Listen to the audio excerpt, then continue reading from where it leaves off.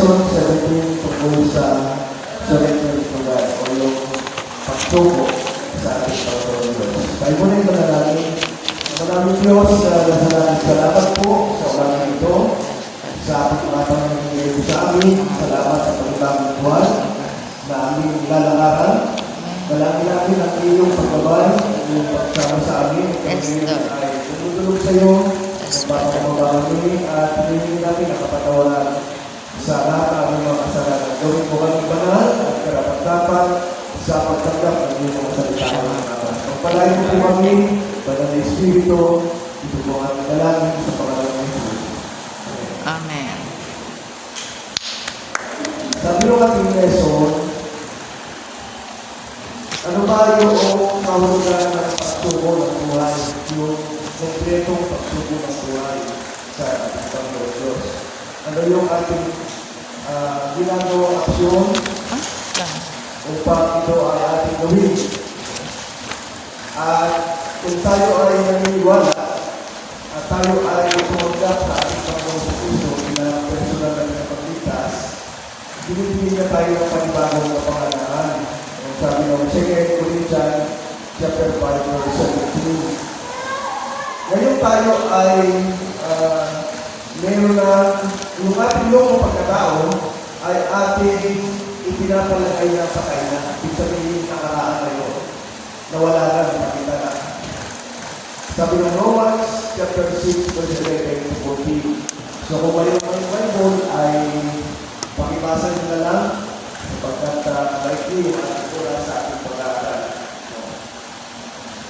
So ang pagsuko ay nangangahulugan na ating pinahihintulutan na yung lumang pagkatao ay mas mahigitan at makontrol yung bagong pagkatao na ipinagalog sa atin ng ating Panginoon Diyos. Para mayroon tayong idea, basahin natin yung 2 Corinthians. 2 Corinthians chapter 5 verse 17. Ibigyan natin. Sabi doon, kaya kung nakipag-isa na kay Kristo sa tao, isa na siyang bagong dinala, wala lang natin ng pagkatao sa halip, ito na palitala ang bago. Kaya nga yung lumang pagkatao ay dapat makontrol na ng bagong pagkatao. Kasi namatay na yung una at mayroong isang bagong isip na pagkatao. So, pigyan niyo naman ito mga kapatid kasi pinatutupan nito ay yung bagong espiritu o yung espiritu kung pinanala na ibigay sa atin. Ito yung nature na pinatawag.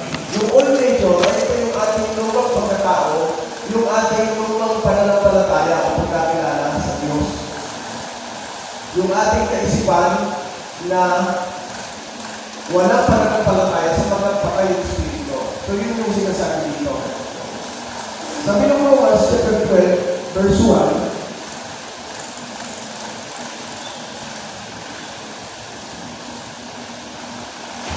kaya nyo na ako sa pagbabasa.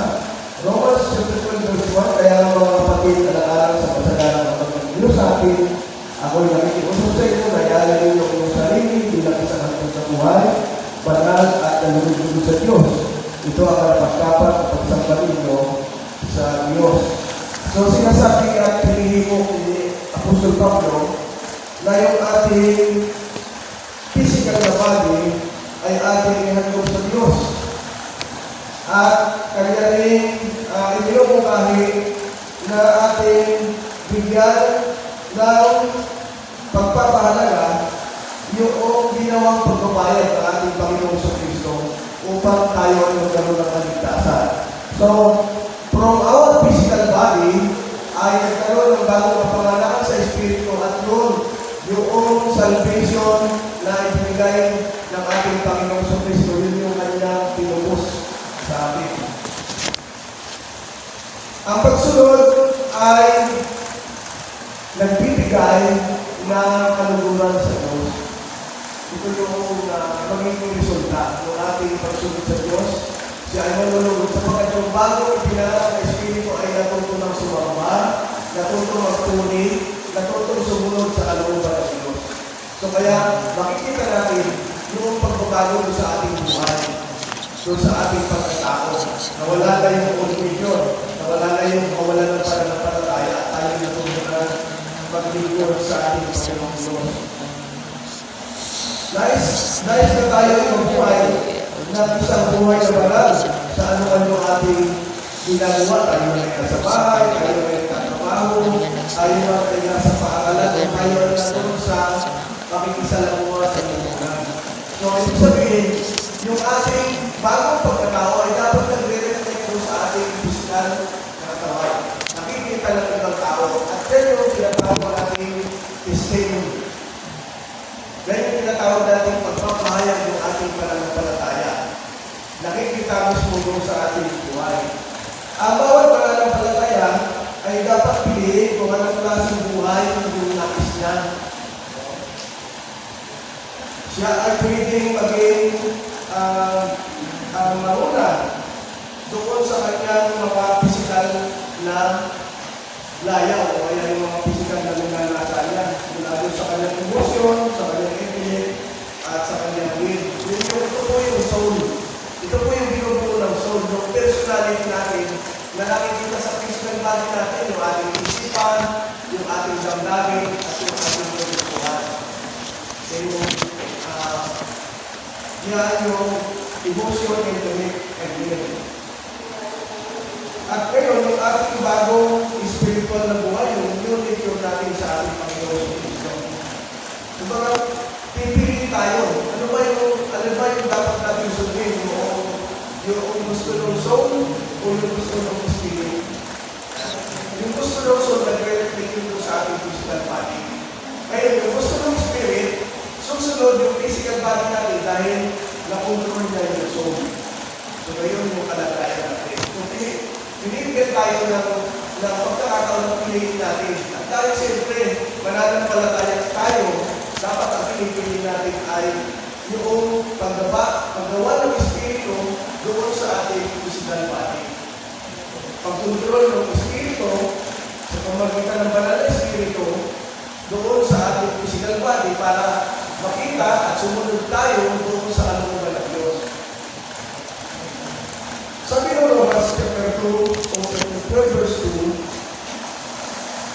huwag kayong makiayon sa takbuhan ng ito, sa halip hayaan niyong patuloy ng Diyos sa inyong pag-iisip upang maunawaan niyo ang kalooban, ang kanyang kalooban sa iyo, magagawa niyo kung ano mabuti, kalooban na kalooban ng Diyos. Makita niyo yung result kapag na-overcome, kapag na-control ng Espiritu yung ating soul, yung ating physical.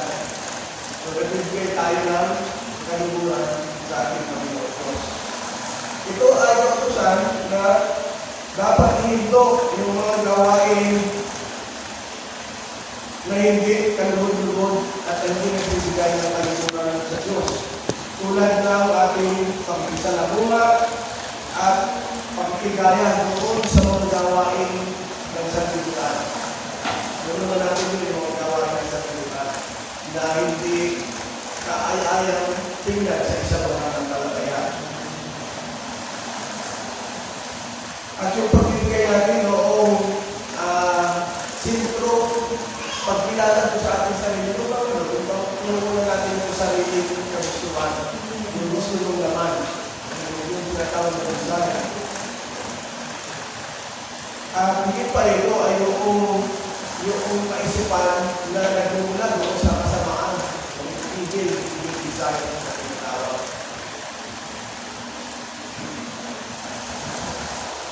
Dapat natin bigyan ng pagkakataon yung salita ng Diyos na baguhin yung ating isipan. Na magkaroon tayo ng bagong ideas, ng bagong ambisyon, at ng bagong ugali na nagbibigay ng lupot sa ating Panginoon sa ating Pilipinas chapter 2. So ngayon ang ginagawa ng banal na Espiritu, yung pagtuman, yung pag-focus doon sa ating Espiritu na gawin natin na ito yung tumutuloy doon sa ating kaluluwa, sa ating will, mind, and devotion. Which is our nag-reflect sa ating physical body.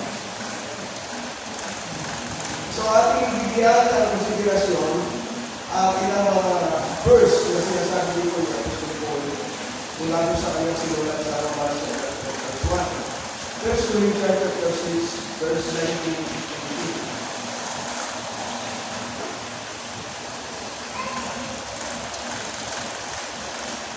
Ito ay nagpapalaala sa iyo tungkol sa Diyos na inyong katawan ay hindi sa iyo sapagkat binayaran nila ito ng mga kanila sa aking First Peter chapter 1 verse 18. Ganitong kailan, nagbibigyan natin ng kalawatian ng Diyos sa lahat ng ating ginagawa.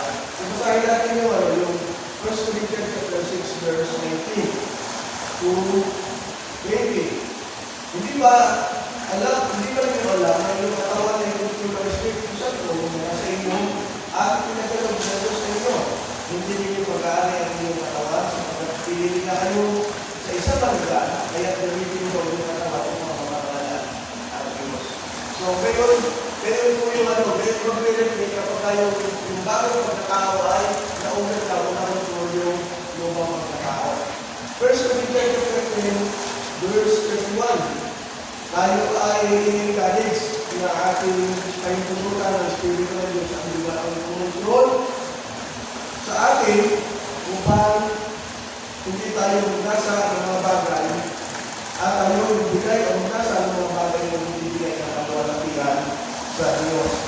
First Corinthians chapter 10 verse 31.